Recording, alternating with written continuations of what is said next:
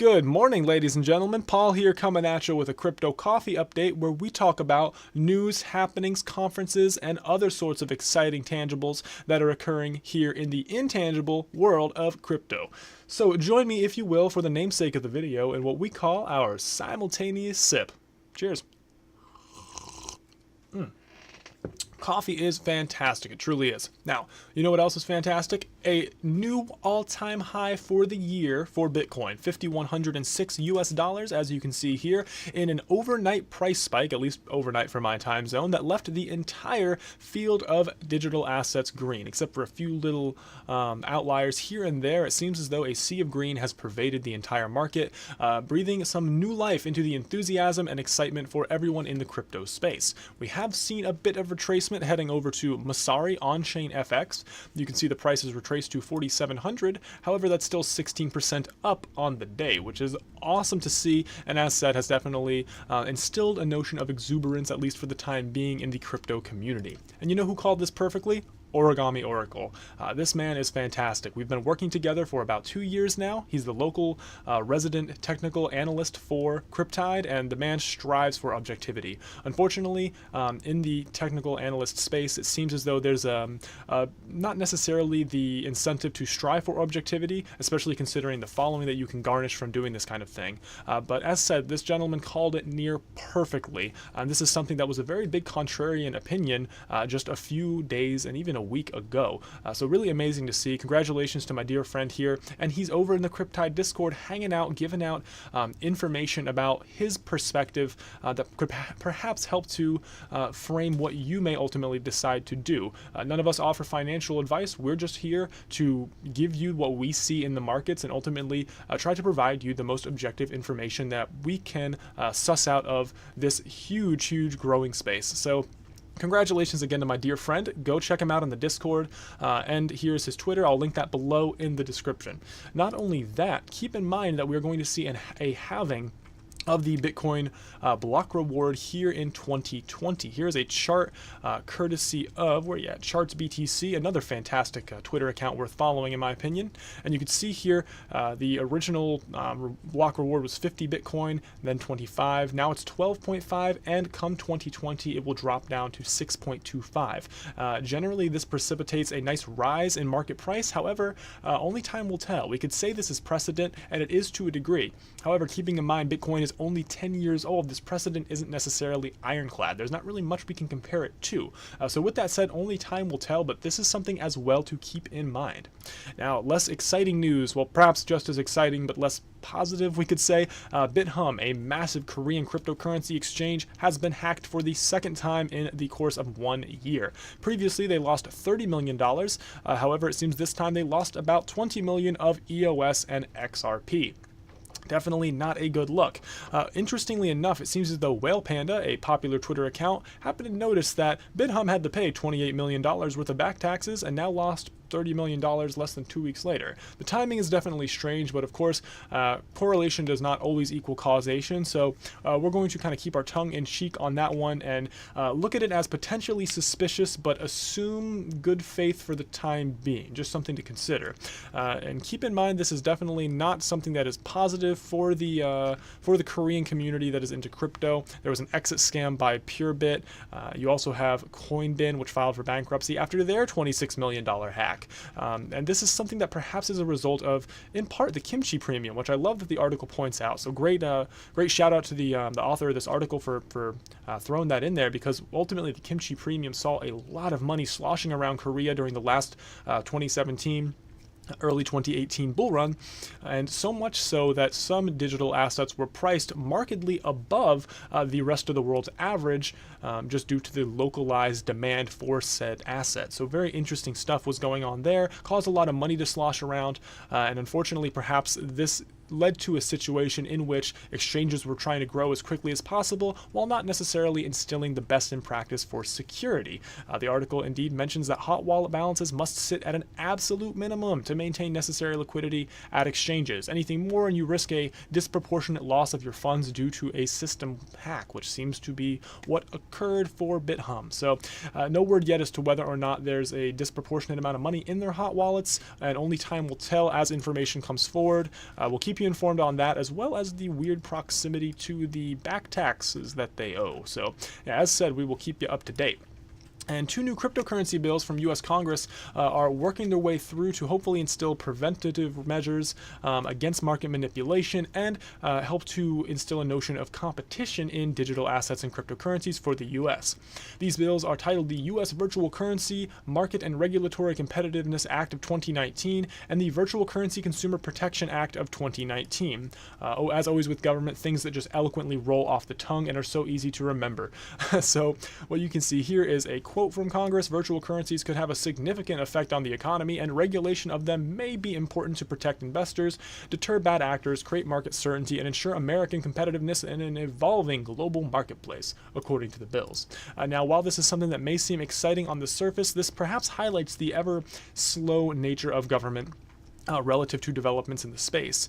We're talking about Komodo's mobile decentralized exchange that they're building that would ultimately obfuscate from the buyer and the seller at the same time that government is just now starting to wrap their minds around the fact that maybe this kind of technology could have, huge significant effects on the economy. So they're a little bit behind the curve, and as this kind of mushrooming effect of technological innovation speeds up as the rapid conversations that are able to occur on these digital mediums are tools that help to expound even further innovation, the slow nature of legislation, unfortunately, does not seem to keep pace. And this is exactly what one individual is speaking about here on Crypto Panic. A really interesting analysis of the bill. He definitely thinks that this is not a positive development in the space per se. Definitely kind of a way for government to wiggle its way into crypto and ultimately favor the existing financial institutions. This is something that has been spoken on heavily by one Caitlin Long. She is fantastic. I absolutely love this woman. She has such great insights into crypto law. I mean, this has been something, just her work has been something that has impacted me so profoundly as to offer a context in which to view this information. So really, she's worth following on Twitter as well, worth getting this information.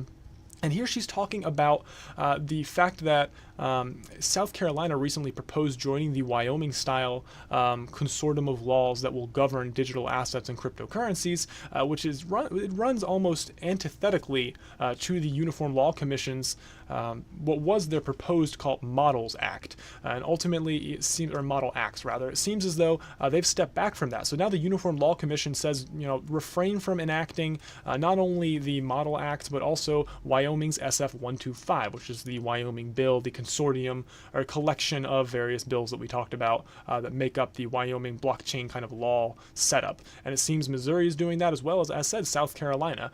So it just goes to show how perhaps slow and encumbered these existing governmental institutions are relative to this new technology. Caitlin has pointed out many times the dangers of tools such as rehypothecation that are used in finance to favor existing security kind of configurations and existing entities that facilitate such transactions. And while this may be beneficial for those entities, and of course may be just an honest attempt at applying the existing legislative framework to these emerging digital assets, the very nature of these digital assets are so profoundly distinct from anything that has come before them that new frameworks are ultimately needed, something that Caitlin Long has been arguing for vocally, and I definitely will echo that sentiment.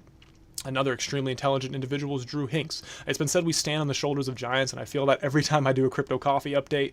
Honestly, I'm really just aggregating and distilling information from brilliant minds in the space. They say that ultimately you are the result of the top 10 people you hang around, so hopefully that elevates me a little bit, but nonetheless, these people are just stars in their own right with this kind of information. So Drew Hinks, everybody. South Carolina, HB 4351 is to basically empower blockchain. Those are the two operating words that I see. The Blockchain Industry Empowerment Act of 2019 is among the friendliest batch of pro virtual currency laws in a single incredibly long, very long list of various stipulations. And they want to essentially strike out and create a regulatory sandbox very similar to Wyoming, apparently with a bit more liberal application.